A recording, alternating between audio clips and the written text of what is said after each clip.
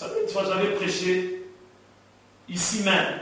Après la prédication, quelqu'un m'a dit, moi de toute façon, je suis comme ça dans ma vie, je reste avec des païens. Même si tu as prêché, pasteur, moi je reste toujours avec les païens. Moi je ne visais pas cette personne, non. Non, bien aimé. Le thème c'était quelle relation y a-t-il entre, bien aimé, la lumière et les ténèbres, entre les chrétiens et les païens, bien aimé. Amen. Moi je ne vous dis pas qu'il faut aller chercher une entreprise là où il n'y a que les chrétiens, bien aimé, tu vas rester toujours au chômage. Ah oui. Je ne vous dis pas qu'il faut inscrire vos enfants dans des écoles chrétiennes. Ah non, bien aimé. Je ne vous dis pas, bien aimé, quand tu veux prendre des taxis et demander le chauffeur des taxis, excusez-moi, vous êtes chrétien? Oui, je suis chrétien. Ok, c'est bon. Que quand tu dis, je suis chrétien, oh non, moi, je ne suis pas chrétien. Ah, je ne vais pas monter. Non. Je ne vous demande pas, quand vous allez emprunter, bien aimé, le bus, quand tu vas prendre le bus, de demander au chauffeur qui est là, excusez-moi, monsieur, je vais entrer, mais vous êtes chrétien? Chrétien? Moi, je ne prie pas, moi aussi, athée. Tu descends. Ah non. Non. Tu peux rester avec les païens, bien aimé, amen, au travail. Tu peux prendre un bus, bien aimé, là où le chauffeur, bien aimé, païen, ce n'est pas un problème. Mais demeurer, bien aimé, amen.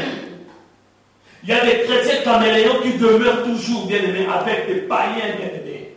Mais ils veulent toujours la bénédiction. Ils veulent la bénédiction. Je vais être béni. Moi, je vais être béni. Il faut que Dieu puisse me bénir. Moi, je vais être béni. Mais bien aimé, la Bible nous dit, la Bible est claire et nette. On ne peut pas changer la parole de Dieu. Tu veux la bénédiction, alors bien aimé, demeure avec les frères et sœurs. On nous dit demeurer, bien aimé. Parce que quand tu passes 8 heures au travail, bien aimé, tu ne demeures pas avec tes collègues de travail, peut-être qu'ils sont païens, peut-être aussi chrétiens. Non. On nous dit de demeurer, bien aimé. Tu passes combien de temps avec les frères et sœurs?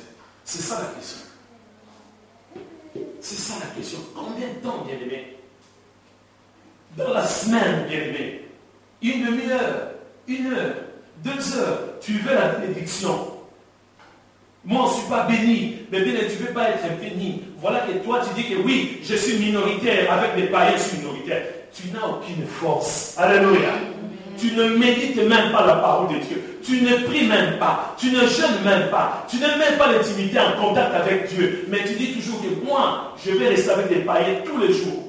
Je vais rester avec des voleurs. Je vais rester avec des gens qui sont là à me dire, à dire n'importe quoi. Moi, je résiste bien. Mais non, bien aimé, tu es déjà devenu comme ces gens-là. Amen. Sans le savoir. Tu cautionnes toutes ces choses sans le savoir, bien aimé. Je ne vous dis pas qu'il faut abandonner. On nous a enseigné sur la famille chrétienne et la famille biologique, bien aimée. On nous a expliqué qu'on ne doit pas abandonner nos familles, bien aimées. Amen. On doit avoir la sagesse, bien aimée. Tu dis, mais demeurer, bien aimé, est-ce que tu as le temps d'appeler? Bien aimé, vous savez qu'il y a aussi une communion fraternelle par le moyen des téléphones, bien aimé. Ou par le moyen d'Internet, si tu n'as pas le moyen de te déplacer, bien aimé. Oui, tu peux le faire. Tu trouves toujours une excuse, bien aimé. Pendant une semaine, tu n'as pas parlé avec un frère, tu n'as pas parlé avec une soeur, tu n'as pas parlé avec le pasteur, rien, mais avec des païens tous les jours, bien aimé. Amen. Non, mais bien aimé, vous allez dire que je suis un peu dur, mais c'est la vérité. Nous cherchons des bénédictions, alors que bien aimé, nous sommes toujours avec des personnes qui font des choses qui sont abominables. Bien aimé, on doit rester avec ces gens-là pour les gagner. Amen. Pour les gagner, bien aimé. Pour les gagner, tu ne connais même pas le niveau de leur force, bien aimé. Cette personne m'a dit, oui, moi je reste toujours avec les païens, même si les pasteurs a prêché. Moi je ne visais pas cette personne. Non. Je ne dis pas aux gens de ne pas fréquenter des païens. Non, bien aimé. Mais attention, danger, bien aimé. Attention, danger. Si tu restes toujours avec des fumeurs, un jour tu vas fumer, bien aimé. Moi je dis la vérité. Déjà tu fumes. Alléluia. Vous êtes d'accord avec moi? Oui. Tu fumes déjà. Eux, ils fument, tu dis que moi, je suis là, avec la force de Dieu, j'ai tué 5 personnes qui fument à chaque fois. Bien aimé, toutes ces fumées. Et toi aussi, tu fumes. Et un jour, tu vas dire que je vais goûter seulement. C'est parti.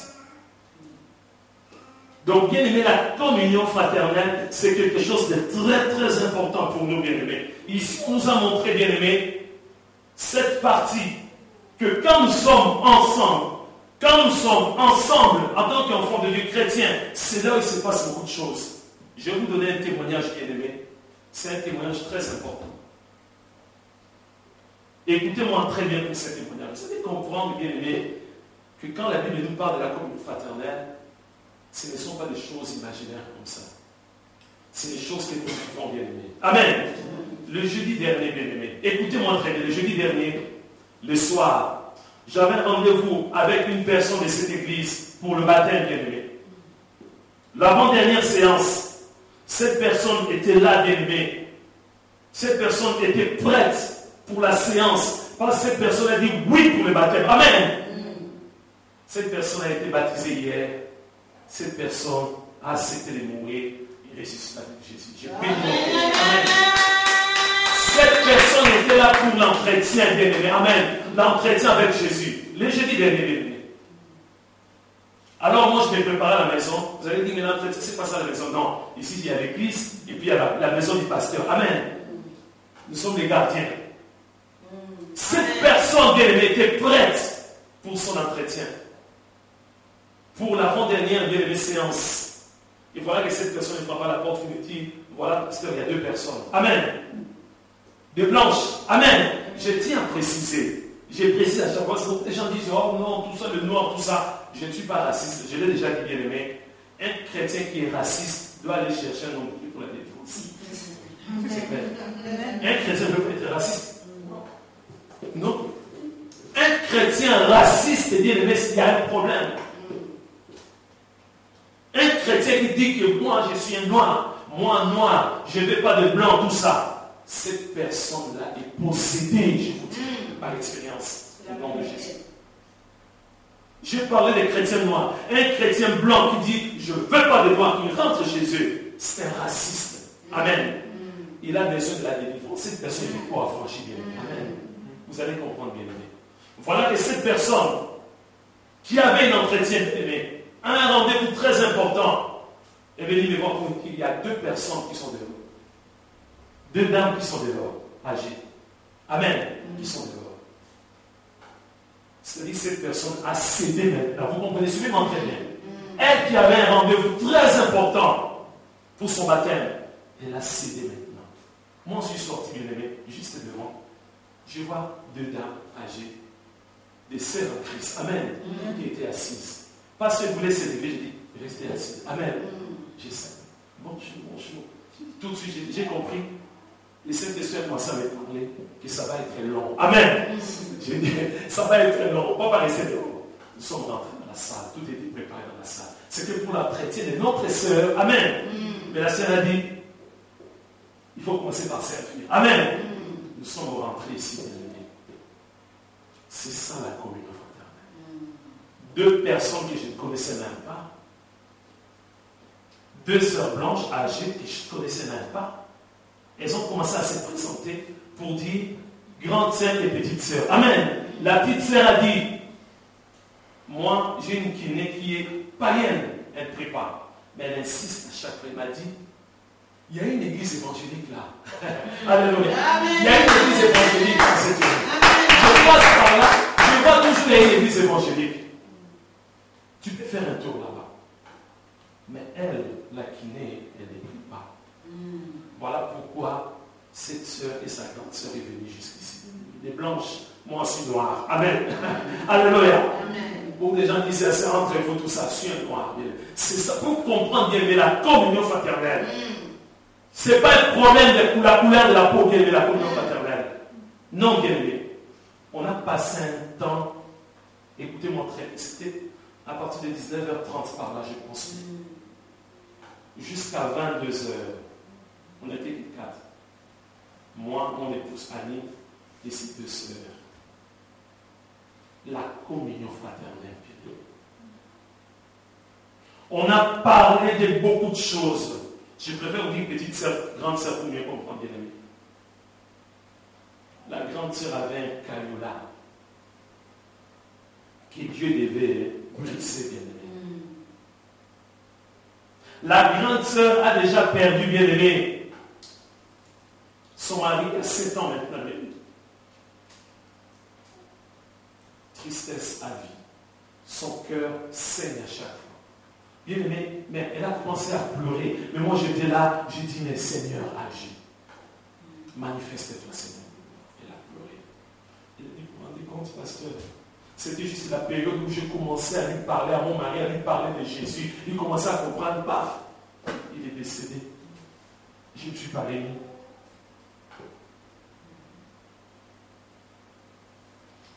petite sœur, c'est une chanteuse. Amen.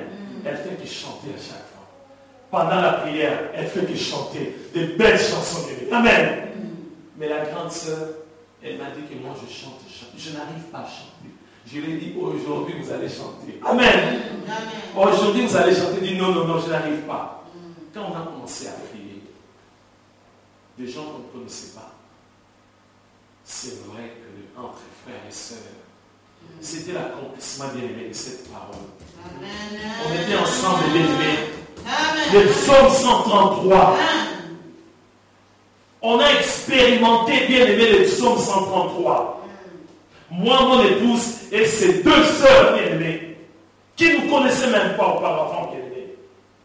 L'accomplissement, bien-aimé. Voici ô qu'il est agréable et qu'il est doux pour le frère de demeurer ensemble. C'est comme l'huile précieuse qui répandue sur la tête, descend sur la barbe d'Aaron, qui descend sur le bord de ses vêtements. C'est comme la rosée d'Hermon, qui descend sur le montagne de Sion. Car c'est là, alléluia, car c'est là que l'Éternel envoie la bénédiction, la vie pour l'éternité. Amen. Amen. La bénédiction était là. Amen. Donc, et Dieu a brisé les cœurs au cahier de la grande sœur. Alléluia. Il avait la joie. Bien aimé, quand la grande sœur chantait, la petite sœur chantait, elle aussi, elle a commencé à chanter. J'étais là, j'ai dit, elle qui ne chantait pas, elle chantait aussi comme sa petite sœur. C'est ça la communion fraternelle. Ça n'a rien à voir avec les choses de ce monde bien aimé. On n'a rien préparé, bien aimé. Amen. Je n'ai pas cherché ces deux personnes bien aimées. Je ne connaissais pas ces deux personnes. Amen. Mais voilà que notre Dieu a envoyé la bénédiction. Vous voulez la bénédiction? Voilà la bénédiction. Voilà la bénédiction. Les 19h30 jusqu'à 22h. La petite sœur a oublié qu'il pouvait rentrer à la maison. Amen. Son fils l'attendait à la maison. La grande sœur habite, c'est une Parisienne. Amen. Elle est ici en vacances, ici à Orléans. Amen. Mais la petite sœur était tranquille. La grande sœur a dit, mais toi tu oublies, on va rentrer à la maison. Amen. La communion fraternelle, elle ne pouvait plus partir. Par respect, je ne pouvais pas dire, bon, il faut partir. Vous comprenez? Mais par sagesse, Dieu m'a donné quelques paroles. Ils ont compris, on les a accompagnés. Voilà la communion fraternelle. On a passé des temps dans la prière, on se tenait main dans la main, on priait bien aimé, ils étaient dans la joie. Amen. Non, peut-être que vous ne comprenez pas les témoignages bien aimés. Est-ce que vous comprenez très bien ces témoignages? La communion fraternelle bien aimé. Le deux sœurs prient dans une église ici à Orléans, et ce matin, à 9h, avant d'aller prier, la petite sœur m'a appelé bien aimé. Amen. Elle m'a appelé, il n'y avait rien. Oui, pasteur.